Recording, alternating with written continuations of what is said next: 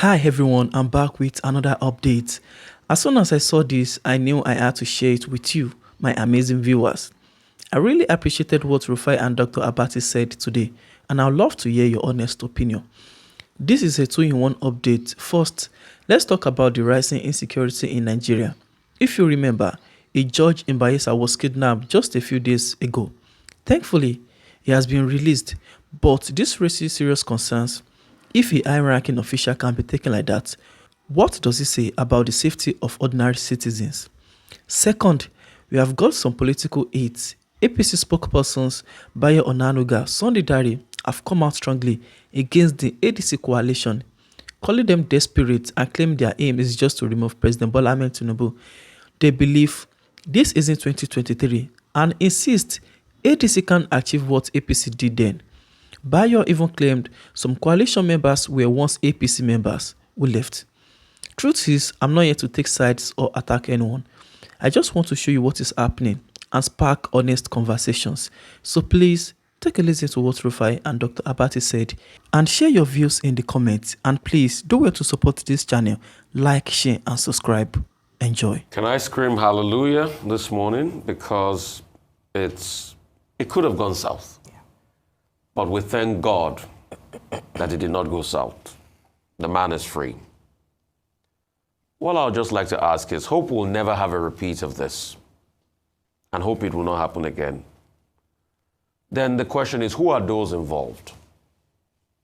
Was any form of ransom paid? How did the rescue happen? What transpired? Have any arrests been made? Will they be prosecuted? Who can we trace this to? Who are the culprits? Let us drill to the very end. And this must not happen again. Please, I beg. And other insecurity challenges in Bayelsa must also be solved. We have to reiterate. Secondly, I am not surprised that Mr. Bayo and Onanuga wrote that message attacking the coalition. I would have been more surprised if he didn't write it. What do you expect him to do? He will protect the president that he works for. But does it mean everything he said there is totally correct? I don't agree with many things he said there, because if you are casting aspersions that these are politicians that have long left the APC, they can also make a counter-argument that the APC that it is today, that people like Mr. Bayo and Onanuga and I enjoy the perks of, these were the same politicians that also played a formidable role in the APC and building the APC. Time will not permit them to be able to tell the story of the role people like Amaechi played in the emergence of the APC. And these were the same people that his boss, the president, were all allies with. But they've decided to go their separate ways. So I'm not surprised he took out time to have a rebuke at all of them. It is his job he is doing. But I would like to set some arguments straight this morning. Number one myth that they say, all of the people in the coalition are old politicians. They have nothing to offer. Let me go back memory lane. When President Tinubu now and his friends then formed the coalition against Jonathan, were they not old politicians then? President Tinubu was senator in 1993. Count from 1993 to about 2011, 2015. That was over 20 years. Was he not an old man in the game? We could have also argued that they've got nothing to offer. He was governor in Lagos. Why should we listen to him when he formed the coalition and they said they wanted to take Nigeria forward? This was the same time President Tinubu that had even supported this Jonathan in the 2011 elections. Let's not forget, Jonathan won Lagos in that election. So that argument that they are old politicians, we need new faces, that's an argument that falls flat on logic. Secondly, the arguments of, oh, this new coalition, there's going to be disarray amongst them and all of that. Yes, there's a possibility to that argument. But a lot of people too said there's going to be disarray among these new folks when the APC set up there. But they had a way of cobbling things together and making things work. Number three argument is the argument that they make. They say, the agenda of the coalition is just to remove President Tinubu, they've got nothing to offer. Please, with due respect, what was the agenda of the APC when they came together in 2015? Was it not just to remove President Jonathan? And didn't they do with every means possible, blackmail and all sorts of things? The same subsidy they removed in this government, didn't Jonathan remove that same subsidy and they went on the streets and they shut the nation down for 12 days?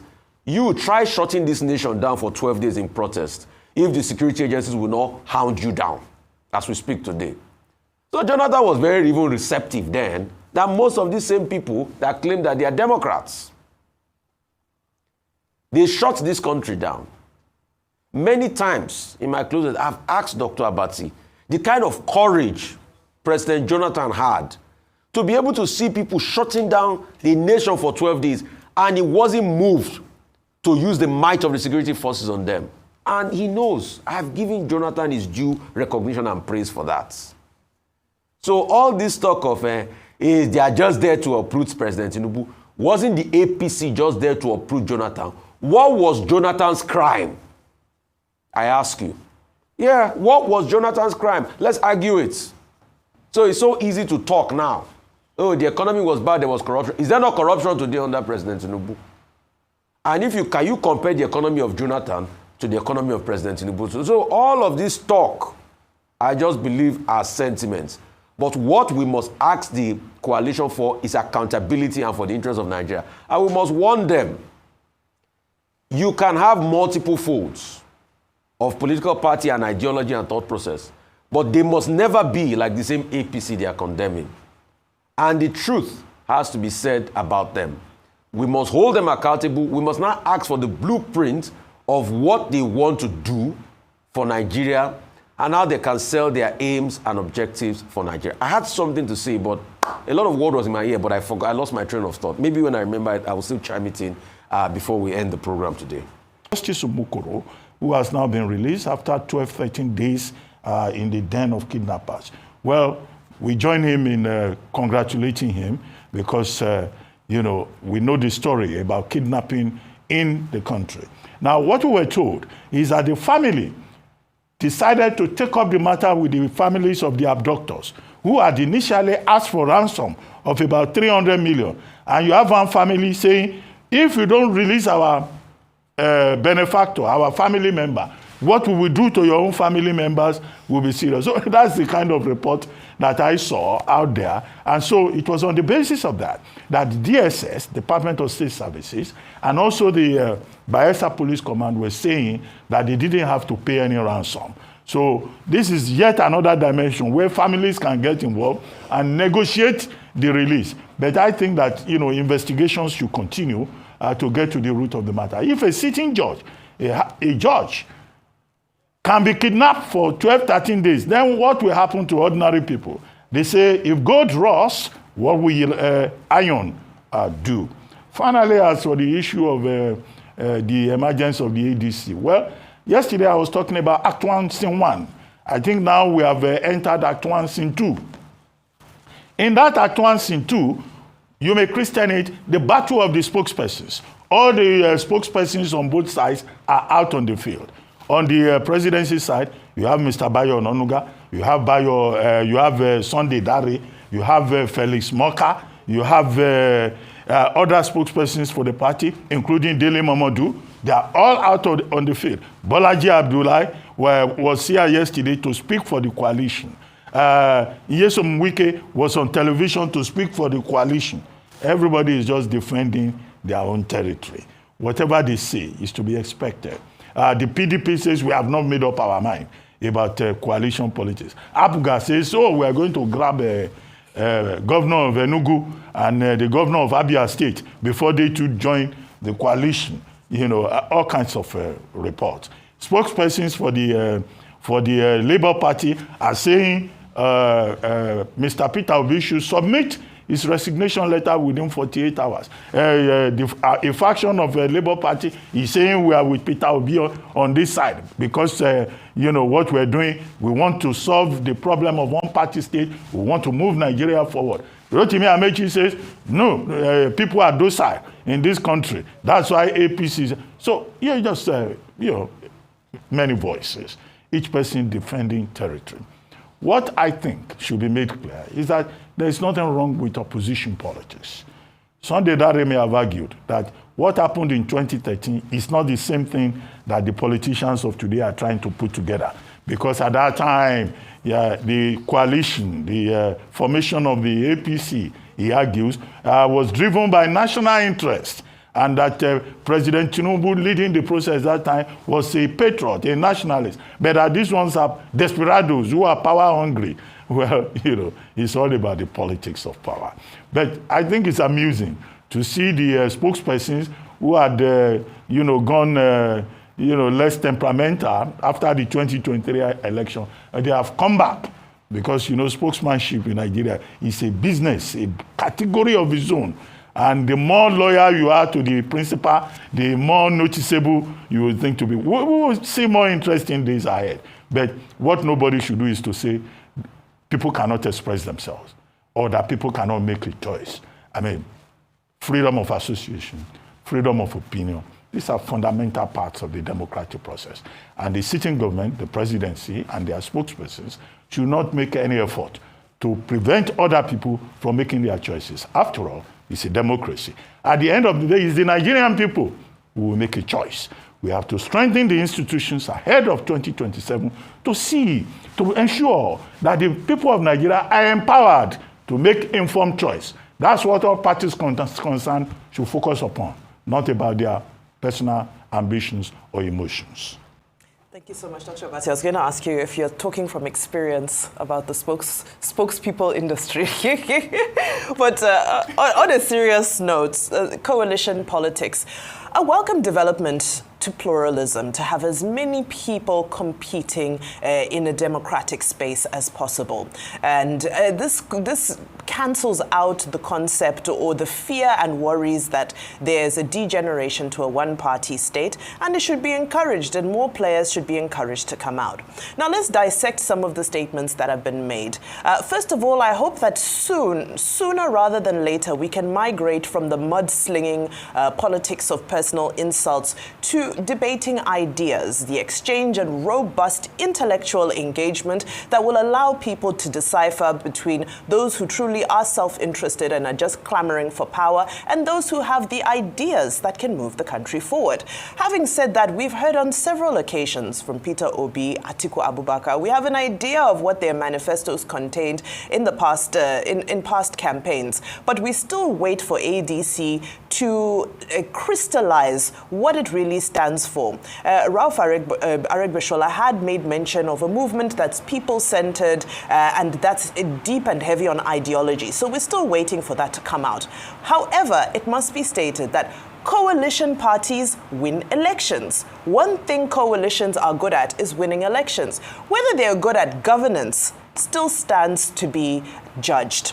Now, we give some examples, specifically in India, for example, where coalition was able to remove an incumbent party. That was in 2004, led by Sonia Gandhi. Here close by in Kenya, Mwai Kibaki became president after creating a coalition, the National Rainbow Coalition, in partnership with Raila Odinga, and that was able to unseat a 39-year incumbent party. However, if you look at both instances, as much as the coalition was able to drive sentiment to garner votes, when it came to time for governance, it was questionable and the coalition fell apart. Now, when we look at coalitions here in Nigeria, of course, we're not strangers to coalition. We saw how the APC was developed and how it won elections and how it was entrenched. And there are two major factors that are different in this particular scenario, because 2027 is certainly not 2015. What are the major issues? In 2015, there was immense sentiment around disgruntlement of zoning. So that zoning conversation was able to drive a lot of sentiment to the polls, and it was able to dominate conversation. That was number one. Number two, the APC was an amalgamation of political parties. It was not an alliance of powerful, influential political players. Now, this is one thing that I see working. It can work for or against the ADC, which is the fact that, yes, there are political heavyweights amongst them, but we are not seeing parties coming together as such. So yes, in Nigeria, we argue that yes, the individual holds the structures. They're saying that, oh, for example, Ralph Arigweshola wants to use the structures that he has in Osun State. After all, he has used it in the past. But the question is, this is going to be the true test of whether individuals themselves are able to drive those structures, as we saw Peter Obi do in the last election, or whether formal party structures themselves will always dominate in this kind of playing field. Now, another elephant in the room is conversation around INEC. Yesterday, we had Dumebi Kachiku of the ADC claiming that INEC was to blame for some of the issues that he has been experiencing within ADC. Of course, we know that ADC initially was supposed to be ADA, but also there are still those accusations towards INEC's role in all of this. Now, we need to continue to pay attention to ensure that the hands of state capture are not entrenched on INEC as an organization, because the accusations continue to fly. And we don't want to, it could be one of two things. One, it could be these parties trying to discredit INEC in preparation for the election. Number two, there could be genuine evidence that there are issues around INEC, and those shouldn't be swept under the rug. INEC must be looked at. Now, as we wrap up, of course, to celebrate with the people of Bayelsa State, unfortunate incident that never should have happened to begin with. And we continue to reiterate, was this a targeted assassination, or is this a reflection of the state of security in Bayelsa State as a whole? They say that 3 of the gentlemen who have been arrested belong to Justice Umukoro's village. They are from the same place he comes from. 3 other suspects are still at large. There had been a request for 300 million naira ransom that was not paid. They'd wanted the 300 million naira in foreign currency, apparently. However, the security services are giving this victory to digital footprints. They say they were able to follow a digital footprint to be able to stay in touch and keep track of the kidnappers, along with the element that Dr. Abati brought in, that families were also engaged in this. So if it's about digital footprints, then I hope that this is a model that we can replicate in other parts of the country, because we do see some of these evil players even so bold as to come on social media these days and parade the spoils of their criminality. So I hope that's something we can tap into. Thank you for watching. Now you've heard the updates and what Rufai and Dr. Abati had to say. What is your honest take on all this? Do you think the APC coalition stands a real chance? And what about the insecurity situation? Are we truly safe? Kindly drop your thoughts in the comments. Like this video if you found it insightful, and don't forget to subscribe for more straightforward updates like this. See you in the next one.